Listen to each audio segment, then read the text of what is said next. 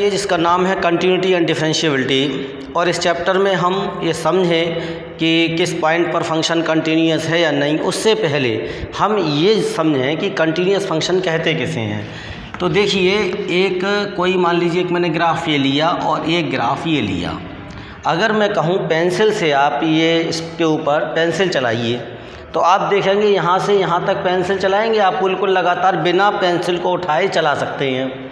लेकिन अब यदि आपसे कहा जाए यहाँ पर पेंसिल चलाइए, तो पेंसिल यहाँ से यहाँ तक चलेगी, फिर यहाँ उठाना पड़ेगा, तब यहाँ से शुरू करना पड़ेगा। तो जहाँ पेंसिल को उठाना पड़ा, इसका मतलब ये यहाँ पर ब्रेक हो रहा है। देखो ये जो क्रम है जो वो तो भंग हो रहा है, ये ब्रेक हो रहा है, तो ये डिसकंटिन्यूअस हो गया और ये जो है वो कंटिन्यूअस है। तो इस प्रकार का अगर कोई फंक्शन इस प्रकार का है कि जो पूरे अपने डोमेन में लगभग x के हर मान के लिए उसकी वैल्यू मिल रही है, चाहे कहीं से कहीं तक देख लो, सबके लिए मिल रही है, जैसे ये वाला इस पर भी है, इस पर भी, सब पे, तो ये जो फंक्शन है वो कंटिन्यूअस फंक्शन कहलाएगा। अच्छा, दूसरी बात, अगर कोई फंक्शन इस प्रकार का है कि जहाँ किसी x के किसी मान के लिए वो ब्रेक हो रहा है, तो वो डिसकंटिन्यूटी हो गई उस पॉइंट, और डिसकंटिन्यूअस हुआ उस पॉइंट पे डिसकंटिन्यूअस हुआ, ये समझने की बात है। तो हमें किसी पॉइंट पर ये चेक करना होता है कि वो फंक्शन, जैसे आप मान लो कोई ये वाला है, तो ये इस पॉइंट पे जो लंब खींचा गया कंटिन्यूअस है या नहीं है। कंटिन्यूअस चेक करने के लिए हमें ये देखना है कि जो फंक्शन है तो वो जिस पॉइंट पे चेक किया गया, मान लो ये है, तो एक तो वहाँ एग्जिस्ट करना चाहिए, और दूसरे उस पॉइंट पे उस फंक्शन की वैल्यू क्या है वो बराबर होनी चाहिए। ये तीनों चीज़ें अगर बराबर हों, अब एग्जिस्ट करने का मतलब हो गया लेफ्ट हैंड लिमिट निकालेंगे, राइट हैंड लिमिट निकालेंगे, और उस फंक्शन उस मान पर, एक्स के उस मान पर उस फंक्शन की वैल्यू क्या है, उस फंक्शन का मान क्या है वो निकालेंगे। यदि ये तीनों चीज़ें बराबर आती हैं तो फंक्शन उस बिंदु पर कहलाएगा कि ये कंटिन्यूअस है। बराबर नहीं आती, तीन में कोई भी दो अलग हो जाती हैं, एक अलग भी हो जाती है, तो फंक्शन डिसकंटिन्यूअस हो गया उस बिंदु पर। इस प्रकार से एक एक बिंदु पे करके उसकी कंटिन्यूटी चेक की जा सकती है। पहला जो प्रश्न है प्रश्नावली 5.1 में पहला सवाल यही है। यहाँ पर इन्होंने ये सवाल दिया है कि फंक्शन है f(x) बराबर 5x माइनस 3। अब बोले तीन बिंदु दिए हैं, x बराबर 0 पे, x बराबर 0, x बराबर माइनस 3, x बराबर 5। इन बिंदुओं पे बताओ कि फंक्शन कंटिन्यूअस है या नहीं। अब देखिए, जैसा कि मैंने यहाँ कहा था, लिमिट एग्जिस्ट करना, यानी कि लेफ्ट हैंड लिमिट और राइट हैंड लिमिट निकालना। फर्स्ट ईयर में ये चीज़ आप पढ़ कर आए हैं, लिमिट निकालना और उसका लिमिट का एग्जिस्टेंस की जाँच करना, यानी कि लेफ्ट हैंड लिमिट और राइट हैंड लिमिट की निकालना। वही चीज़ यहाँ पर भी है। अब यहाँ उसी तरीके से मैं कराता हूँ। सबसे पहले जैसे आपको मान लीजिए जांच करनी है x बराबर 0 पर, तो हम x बराबर 0 पर फंक्शन का मान निकाल लेते हैं पहले। अब फंक्शन का मान निकालना यानी कि f0 का मान निकालना, तो 5 गुणा x की जगह 0 रख देना, बस इतनी सी बात है। 0 माइनस 3 तो बराबर माइनस 3 आ गया। अब लेफ्ट हैंड लिमिट निकालनी है, तो लेफ्ट हैंड लिमिट का क्या होता है, limit x tends to 0 minus और fx। अब यहाँ पर क्या कर लेते हैं, लिमिट ये हो जाएगा x की जगह 0 माइनस h, और ये h टेंड्स टू 0, x की जगह 0 माइनस h रख दिया, उससे कम रखना होता है मान, और h टेंड्स टू 0, तो लिमिट h टेंड्स टू 0। अब f ये हो गया f0 माइनस h। तो अब यहाँ fx बराबर 5x माइनस 3 था, तो f0 माइनस h बराबर क्या होगा, तो ये लिखोगे 5 0 माइनस h माइनस 3। अब यहाँ पर अगर आप h का मान 0 रख दोगे तो 0 में से 0 गया 0, और 0 गुणा 5 से होगी तो 0 हो जाएगा, तो 0 माइनस 3 बराबर माइनस 3। इसका मतलब फंक्शन की वैल्यू माइनस 3 आ गई और लेफ्ट हैंड लिमिट आ गई। अब राइट हैंड लिमिट यदि हम विचार करते हैं, तो राइट हैंड लिमिट क्या आ रही है, limit x tends to 0 positive fx। अब यह हो जाएगी लिमिट, यहाँ पर समझो f(x) की जगह 0 प्लस h रख दिया गया, और h टेंड्स टू 0, h जबकि 0 की ओर बढ़ रहा है, तब ये 0 प्लस h आएगा। तो यहाँ हो जाएगा limit h tends to 0, f0 plus h, fx बराबर 5x माइनस 3 है, तो f0 प्लस h बराबर क्या होगा, 5 ऑफ 0 प्लस h माइनस 3। अब h की जगह 0 है, यहाँ रख दोगे, 0 प्लस 0 0 हो गया, 0 गुणा इससे होगी 0, और माइनस 3, तो यानी कि माइनस 3 आ गया। ये आपको लिमिट की नॉलेज होनी चाहिए फर्स्ट ईयर वाली, उतनी तेज़ी से आप इस सवाल को समझ पाएंगे। और अगर देख सकते हैं आप यहाँ पर x बराबर 0 पर f0 की वैल्यू, लेफ्ट हैंड लिमिट और राइट हैंड लिमिट तीनों बराबर हो गई, अतः हम कह सकते हैं कि x बराबर 0 पर ये जो फंक्शन है वो कंटिन्यूअस है। और अब हम x बराबर -3 के लिए इसकी जांच करेंगे। अब देखिए वही सवाल है, अभी x बराबर 0 पर जांच की थी, अब x बराबर -3 पर जांच करनी है। तो f सबसे पहले -3 का मान निकालोगे, 5 रखोगे, -3 5 3 15, माइनस का 15 माइनस का 3 बराबर माइनस का 18। एक तो बात ये हो गई f -3 का मान। अब दूसरी बात क्या है, f लिखोगे, लेफ्ट हैंड लिमिट निकालोगे, लेफ्ट हैंड लिमिट, तो क्या हो जाएगा, लिमिट x टेंड्स टू -3 और माइनस का चिन्ह लगा दिया जाता है, इसका मतलब इससे कम मान लेना होता है, ये है इसका मतलब लिमिट s टेंड्स टू 0 और ये हो जाएगा f -3 -h, थोड़ा सा कम, तो इधर से बढ़ता हुआ जाएगा, लिमिट s टेंड्स टू 0। अब f -3 -h है, fx बराबर है 5x -3, fy बराबर क्या होता है 5y -3, ये आप जानते हो। तो x की जगह क्या हो गया, -3 -h है, तो वही x की जगह यहाँ रख दिया जाएगा। तो क्या रखोगे, 5 -3 -h और -3 ये। अब इसमें h की जगह 0 रख दोगे तो 0 हो गया, ब्रैकेट में बचेगा -3 की गुणा 5 से होगी तो -15, -3 ये आएगा -18 हो गया। अब राइट हैंड लिमिट ले लो, ये हो जाएगा limit x tends to -3 plus fx बराबर limit s tends to 0, f और x की जगह हो गया 3 + h और ये हो गया लिमिट h टेंड्स टू 0।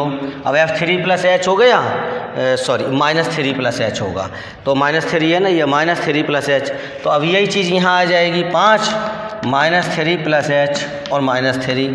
इस फंक्शन के अकॉर्डिंग इसका खोल दिया, h का मान 0 रखा तो -15 -3 -18।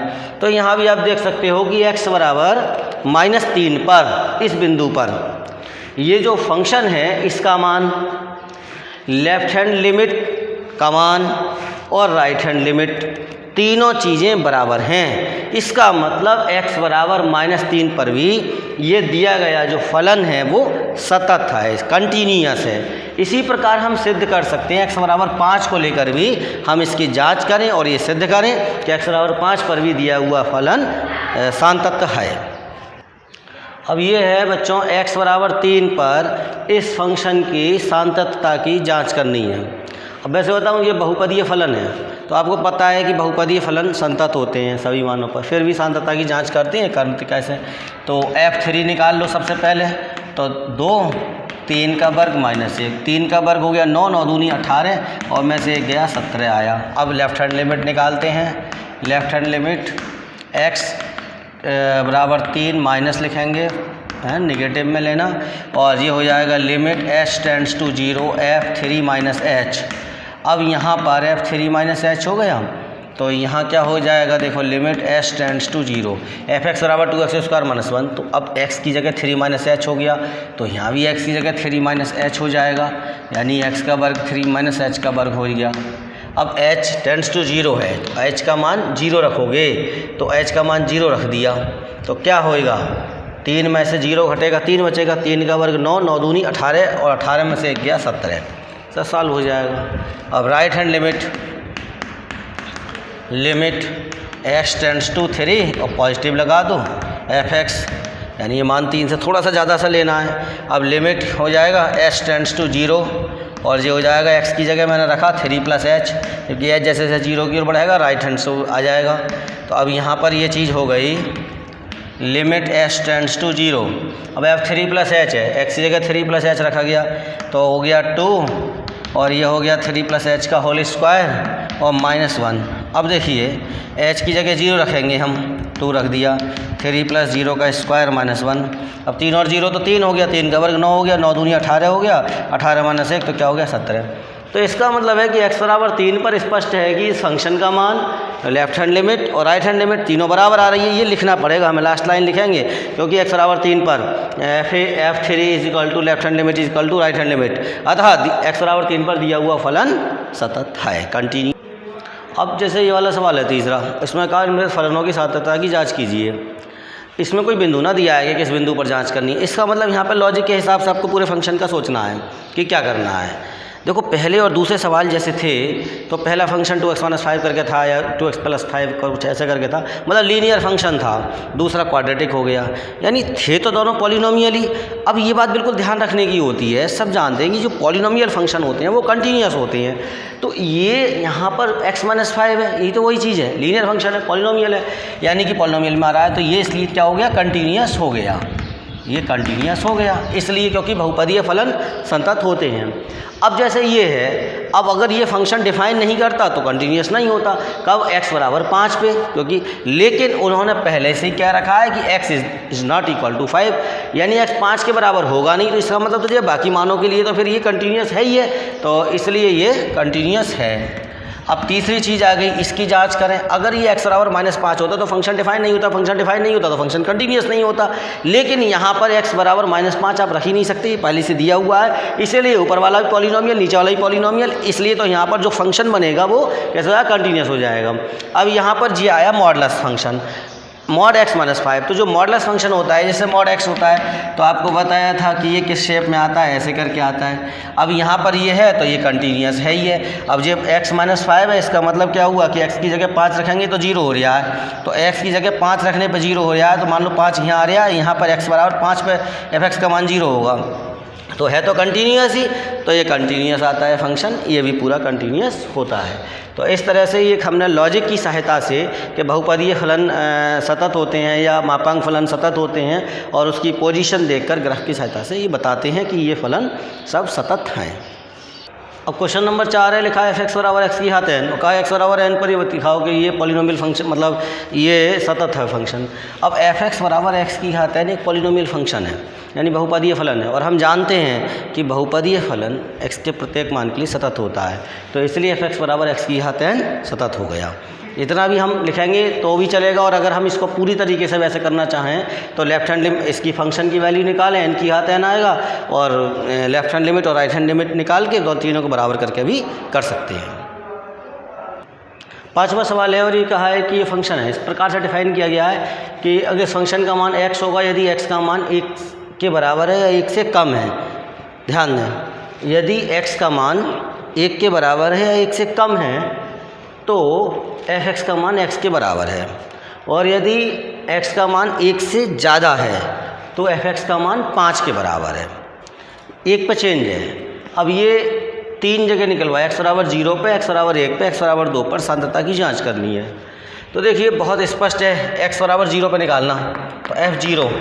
अब f0 क्या होगी, f(x) = x होता है, f(x) = x होता है। अब देखो 1 से छोटा, तो 0 तो 1 से छोटा ही है, तो f(x) = x, तो f0 बराबर क्या हो जाएगा, 0। एक बात, अब इसका लेफ्ट हैंड लिमिट निकालनी है मुझे, left hand limit x tends to 0 negative f(x), और यहाँ पर लिख दूंगा limit h tends to 0 f(x) की जगह 0 - h लिख दिया, और ये हो गया limit h tends to 0 f0 - h। अब देखो f(x) = x होता है, f0 - h = 0 - h लिखा। क्यों लिखा, क्योंकि अगर x का मान 1 से कम होगा तो f(x) = x के होगा, और यहाँ पर क्या है, ये मान 0 या 0 से कम चल रहा है, तो जाहिर सी बात है f0 - h 0 - h के बराबर हो गया। अब ये तो 0 है, ये ख़त्म हुआ। अब यहाँ पर h की जगह आपने 0 लिख दिया, तो क्या आ गई वैल्यू, 0 आ गई। अब राइट हैंड लिमिट लिख लो, तो राइट हैंड लिमिट में क्या होगा, limit x tends to 0 positive f(x). अब यहाँ पर हो जाएगा limit h tends to 0 f, और x की जगह लिखा 0 + h, यहाँ पर हो गया लिमिट h टेंड्स टू 0। अब ये h टेंड्स टू 0 है, तो h की जगह अब यहाँ पर limit h tends to 0, f0 + h किसके बराबर हुआ, 0 + h के, तो यहाँ पर क्या वैल्यू आ गई, 0। तो इसका मतलब यहाँ पर देखो x = 0 पर फंक्शन की वैल्यू भी 0, लेफ्ट हैंड लिमिट भी 0 और राइट हैंड लिमिट भी 0 आई। इसका मतलब हो गया कि x = 0 पर दिए गए फलन तीनों कैसे हो गए, कंटिन्यूअस हो गए, क्योंकि तीनों चीज़ें बराबर हैं। अब हम जांच करें x = 1 पर। अब x = 1 पर अगर हम जांच करें तो सबसे पहले x = 1 पर देखो f(x) क्या होगा, वो कह रहा है कि अगर x का मान 1 के बराबर या 1 से छोटा है तो f(x) का मान x के बराबर है, ठीक है। तो f1 क्या होगा, 1 हो जाएगा। एक बात, लेफ्ट हैंड लिमिट क्या होगी, चेक करते हैं, limit x tends to 1 minus लगा दो f(x), limit x tends to 0 और x की जगह 1 माइनस एच रख दोगे और यहाँ पे हो गया लिमिट h टेंड्स टू 0। अब देखो x ये 1 माइनस एच हो रहा है, h का मान कितना भी कम क्यों ना हो, अब 1 से कम हो गया, तो जब x का मान 1 से कम होता है तो f(x) इसके बराबर x के है, तो 1 माइनस एच किसके बराबर हो गया, 1 माइनस एच के बराबर हो गया। तो अब h का मान आप 0 यहाँ रखोगे तो इसकी वैल्यू क्या हो गई, 1 हो गई। तो x बराबर 1 पर f(x) की वैल्यू 1 हो गई और लेफ्ट हैंड लिमिट 1 हो गई। वाह। अब राइट हैंड लिमिट देखोगे तो limit x tends to 1 plus f(x), तो ये हो जाएगा लिमिट h टेंड्स टू 0 और f(x) की जगह क्या हो जाएगा, 1 प्लस एच।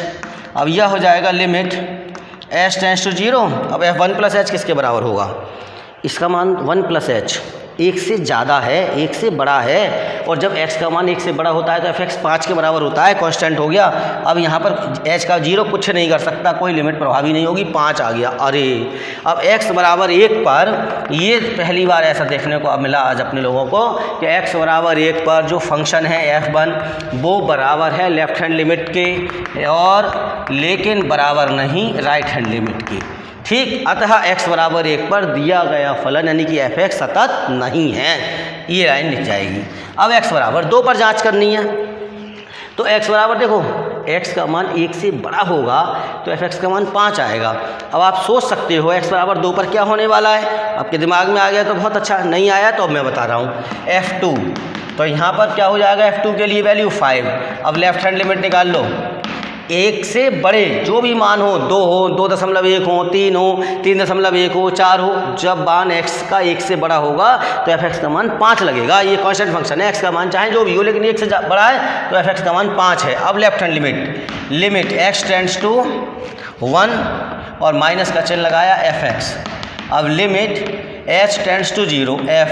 अब x का मान क्या हो गया, 1 माइनस एच। अब जो यहाँ पर h होता है वो बहुत कम होता है, बहुत थोड़ा सा होता है, तो जाहिर सी बात है कि एक मिनट, x 2 पे निकाल रहे हैं, ये 2 पर, तो यहाँ तो 0 लगेगा और ये आ गया 2 माइनस एच, x की जगह 2 माइनस एच रखा, तो ये 2 का बहुत करीब मान है, 2 के करीब है मान, तो यानी 1 से तो बड़ा ही है, 2 के करीब होगा। जैसे ये होता है नंबर लाइन, तो 0 1 2, इसका तो 1 से इधर नहीं आएगा, ये बहुत मामूली सा मान होता है जरा सा h का, तो इसलिए 1.9 से भी ऊपर का ऐसा मान लीजिए इसको।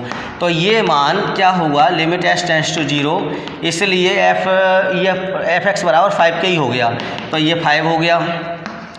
अब राइट हैंड लिमिट, तो limit x tends to 2 plus, और ये हो गया f(x), तो लिमिट h टेंड्स टू 0 और f ये हो गया 2 प्लस एच।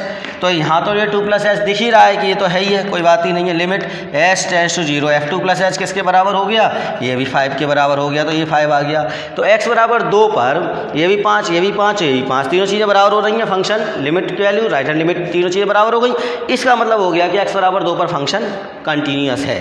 अब एक बात समझने की है, x बराबर 0 पे कंटिन्यूस आया, x बराबर 5 पे कंटिन्यूस आया, ये x बराबर 1 पे टर्न हो रहा था, इसकी वैल्यू चेंज हो रही थी। देखो अगर तुम x बराबर -1 पे निकलवाओगे, 1 से छोटे है ना मान सब, f(x) बराबर x दे रहा है, तो f -1 पे निकलवाओगे, -2 पे निकलवाओगे, 1 से छोटे मानों के लिए किसी के भी निकलवाओगे वो कंटिन्यूस देगा। अगर x का मान 1 से बड़ा है तो 2 पे निकलवाओ, 3 4 5 6 7 8 कुछ भी मान निकलवाओ, वो कंटिन्यूस देगा। चेंज कहाँ हो रहा है, 1 पे, तो 1 के इधर कुछ हो सकता है, इधर कुछ हो सकता है, तो 1 पे ही डिसकंटिन्यूस होने की संभावना हो सकती है, बाकी इधर उधर के वैसी रहती है। इसलिए मैंने कह दिया, क्योंकि मुझे लगा मैंने x बराबर 1 से कम का निकाला, आपको समझ में आ गया कि फंक्शन उसी हिसाब से चलेगा।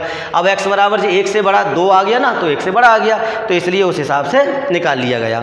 तो आपने यहाँ 3 बिंदुओं पर इस फंक्शन को, ये कंटिन्यूटी इसकी चेक की, इसको देख के काफ़ी कुछ समझ में आया होगा। इन 5 सवालों को ध्यान से करिए, इसको समझने का प्रयास कीजिए, शेष आगे।